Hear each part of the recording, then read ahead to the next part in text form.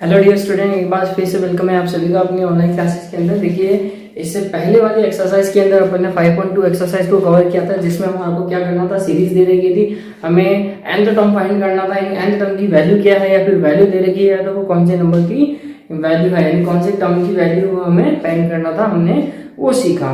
इस वीडियो के अंदर अपन क्या सीखेंगे, 5.3 एक्सरसाइज को सॉल्व करेंगे, जिसमें हमारे को एपी दे रखी होगी और उस एपी के जितने भी टर्म हैं उन सभी को ऐड करके हमारे को बताना है कि उसका सम कितना है। यानी कहने का पर्पज क्या है, यहाँ पर समझिए। जैसे हमारे पास 1 2 3 5 ये एक एपी है। अब इस एपी के अंदर कितने टर्म है, यहाँ पर 4 और 5। इस एपी के अंदर कितने टर्म है हमारे पास, इस एपी के अंदर हमारे पास 1 2 3 4 5 टर्म है। अब इन 5 टर्म को ऐड करने पर कितना आ रहा है वो हमें यहाँ पर बताना है। तो देखिए, इसको ऐड करें, 3 कितना हो गया, 3 कितना हो गया, 6 4 10 एंड 10 एंड 5 कितना हो गया, 15। यानी इन सभी टर्म्स को हमने ऐड किया तो सम कितना आ रहा है, 15।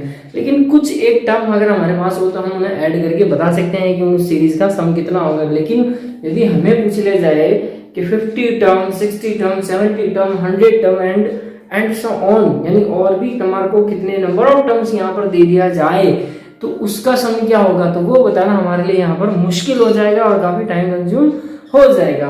तो उसके लिए हम यहाँ पर क्या करेंगे, फॉर्मूले का यूज करेंगे। फॉर्मूला क्या है, देखिए हमारे पास Sn is equal to n/2 2a plus n-1d। Clear? जहां पर Sn हमारे पास क्या है, Sn है हमारे पास सम ऑफ nth टर्म, यानी जितनी भी टर्म आपके पास दी होगी उन सभी का सम। ठीक है, n आप जानते हैं यहाँ पर क्या है, नंबर ऑफ टर्म। ठीक है, a हमारे पास यहाँ पर क्या है, फर्स्ट टर्म, और d हमारे पास यहाँ पर है कॉमन डिफरेंस, जो कि हमने पहले वाले वीडियो में भी डिस्कस किया है। यदि आपने हमारे पहले वाले वीडियो नहीं देखे हैं तो आप एक बार उन वीडियो को भी देख लीजिए, ताकि आपको यहाँ पर ये एक्सरसाइज बहुत अच्छे से समझ में आ सके। ठीक है, वरना आपको ये एक्सरसाइज बिल्कुल समझ में नहीं आएगी अगर आपने 5.1 और 5.2 एक्सरसाइज के वीडियोस नहीं देखे हैं या उन्हें नहीं पढ़ा है। तो इसका एक फॉर्मूला और है, इसकी जगह अपन इस फॉर्मूले का भी यूज कर सकते हैं। Sn is equal to n/2 a plus l।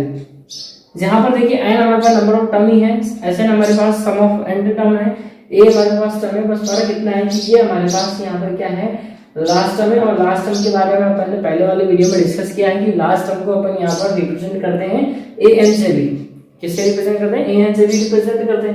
यानी कहने का मतलब है कि यदि आपके पास सीरीज में नंबर ऑफ टर्म है, फर्स्ट टर्म है, लास्ट टर्म है, तो आप डायरेक्टली इस फॉर्मूले का यूज कर सकते हैं इसकी जगह, है ना।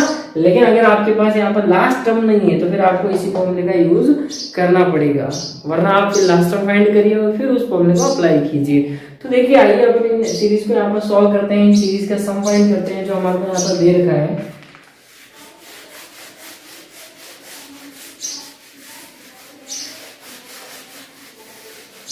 देखिए स्टूडेंट, वीडियो पॉज करके साथ साथ यहाँ पर लिखते रहिएगा, पेन और कॉपी आप साथ में लेके बैठे, ताकि आपको जो भी यहाँ पर बताया जा रहा है आप उसको hand to hand video pause करके यहाँ पर नोट कर सके, अदरवाइज आपको बाद में कुछ भी समझ में नहीं आएगा। देखिए यहाँ पर सीरीज के देखिए 1 3 5 7 एंड सो ऑन। यानी हमारे पास यहाँ पर फर्स्ट टर्म अगर हम बात करें इस सीरीज के अंदर, तो फर्स्ट टर्म हमारे पास कितना है, a, जिससे हम रिप्रेजेंट करते हैं फर्स्ट टर्म को 1। ठीक है, कॉमन डिफरेंस की अगर अपन बात करें तो कितना है हमारे पास कॉमन डिफरेंस, यहाँ पर 3 - 1 हम करेंगे तो कितना आएगा, 2। क्यों, क्योंकि हम a2 में से क्या करेंगे, a1 माइनस कर देंगे। ठीक है, अपन ने सिखाया है यहाँ पर कॉमन डिफरेंस कैसे निकालते हैं। और n की बात करें तो देखिए कितनी टर्म तक का सम निकालना है, 12 टर्म का। n हो गया हमारे पास यहाँ पर कितना, 12। ठीक है, तो अपन फॉर्मूला यूज करेंगे Sn is equal to n/2 2a plus n-1d। Clear student, यहाँ पर क्या बात हो रही है, क्योंकि हमें यहाँ पर सम फाइंड करना है सीरीज के अंदर 12 टर्म तक। तो यहाँ पर देखिए n कितना हमारे पास 12/2 2 into 1 हमारे पास क्या है, कॉमन डिफरेंस है a प्लस n-1। n कितना है 12 - 1 एंड d कितना है हमारे पास यहाँ पर 2। तो इसकी वैल्यू हम रख देंगे 2। कितने टाइम कैंसिल हो जाएगा, 6 टाइम कैंसिल हो जाएगा। 2 into 1 कितना हो जाएगा, 2 प्लस 12 - 1 11 into 2। तो देखिए यहाँ पर कितना हो गया, 11 into 2 यहाँ पर हो गया 22। 22 में हम ऐड कर देंगे 2 को, तो 24। इन दोनों को मल्टीप्लाई करेंगे तो कितना आएगा, 144। यानी इस सीरीज के अंदर, ये जो सीरीज हमारे को दे रखी है, इस सीरीज के अंदर 12 टर्म को आप आपस में ऐड करेंगे तो उन सभी का सम कितना आएगा आपके पास 144। आज को नोट कर लीजिए, वीडियो पॉज करके end to end. Next series देखते हैं अपने पास क्या है।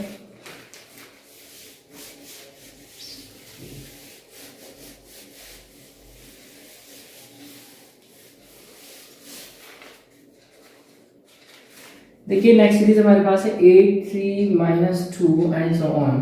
फर्स्ट टर्म हमारे पास यहाँ पे कितना है 8, कॉमन डिफरेंस हम निकालेंगे तो 3 में से अपन क्या कर देंगे, सेकंड टर्म में से फर्स्ट टर्म को माइनस करेंगे, यानी 3 - 8 करेंगे तो आएगा अपने पास -5। ठीक है, एन कितनी टर्म का सम फाइंड करना है हमें 22 टर्म का। तो देखिए स्टूडेंट अपन फॉर्मूला यूज करते हैं SN = n/2 2a + n-1d। इसके अंदर वैल्यू पुट करिए, यहाँ पर n कितना अपने पास, n हमारे पास यहाँ पर है 22/2, 2 into a कितना अपने पास 8 + n हमारे पास 22 - 1 into d -5 है तो हम इसको ब्रैकेट के अंदर रख देंगे यहाँ पर मल्टीप्लाई के फॉर्म में। ये 11 टाइम कैंसिल हो जाएगा, 22 2 से 2 into 8 कितना हो गया यहाँ पर 16 + 22 - 1 यहाँ पर हो गया 21 - 5। देखिए इन दोनों को आपस में मल्टीप्लाई करेंगे तो क्या होगा, यहाँ पर माइनस प्लस तो हो जाएगा माइनस, यानी यहाँ पर 11 एज इट इज रह जाएगा। देखिए 16 भी एज इट इज है।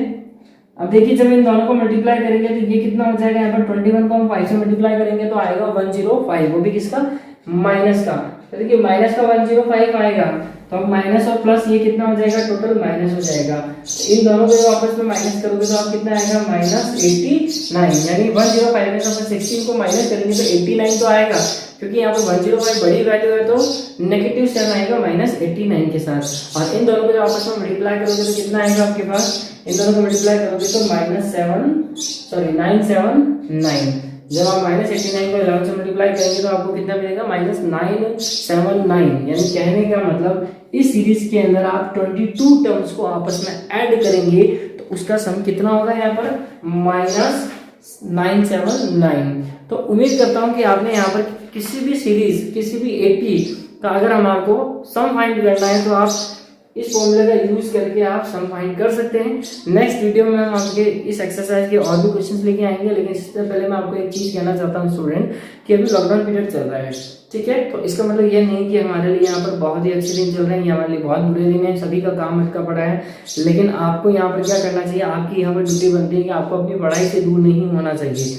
यानी कहने का मतलब यहाँ पर यह है कि आपके पास बहुत अच्छा समय है अपनी रिकवरी करने का, अपनी कमजोरियां दूर करने का। और मैथ्स तो ऐसा सब्जेक्ट है जिसके अंदर आपको बहुत ही प्रैक्टिस की जरूरत होती है, तो आपके पास अभी वक्त है अपनी कमजोरियां दूर करने का। मैथ्स के अंदर आप घर पे बैठ के यहाँ पर आप वो सब कुछ पढ़िए जो आपको नहीं आता है, वो सीखिए। यहाँ पर मैं आपके लिए कंटिन्यूसली यहाँ पर वीडियोस लेकर आता रहूंगा, आप इन वीडियोस से पढ़िए, ठीक है। जो भी सोर्स आपके पास है उन सभी सोर्स को आप इकट्ठा कीजिए और उससे पढ़ाई कीजिए। आपकी पढ़ाई नहीं रुकनी चाहिए। देखिए स्टूडेंट, आपको कोई भी इस दुनिया में मोटिवेट नहीं कर सकता, उस इंसान को इस दुनिया में कोई भी मोटिवेट नहीं कर सकता जिसको अपने आप को मोटिवेट करना चाहिए। कहने का मतलब यहाँ पर समझिए स्टूडेंट क्या है कि मैं आपको यहाँ पर खड़ा होकर कितना भी मोटिवेट करूँ, लेकिन आप पढ़ोगे तब जब आपकी मर्जी होगी।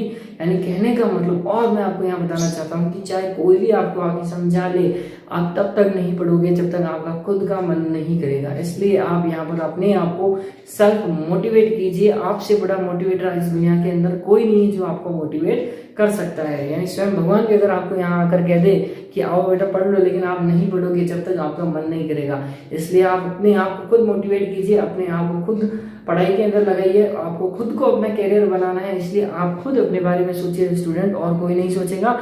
इसलिए सेल्फ मोटिवेट होइए और अपने आप को मोटिवेट करके अपनी पढ़ाई को कंटिन्यूसली बनाए रखें। बिल्कुल भी इस समय का नाजायज उपयोग ना करें, इसको अपने कैरियर के लिए यूज करें। Thank you very much.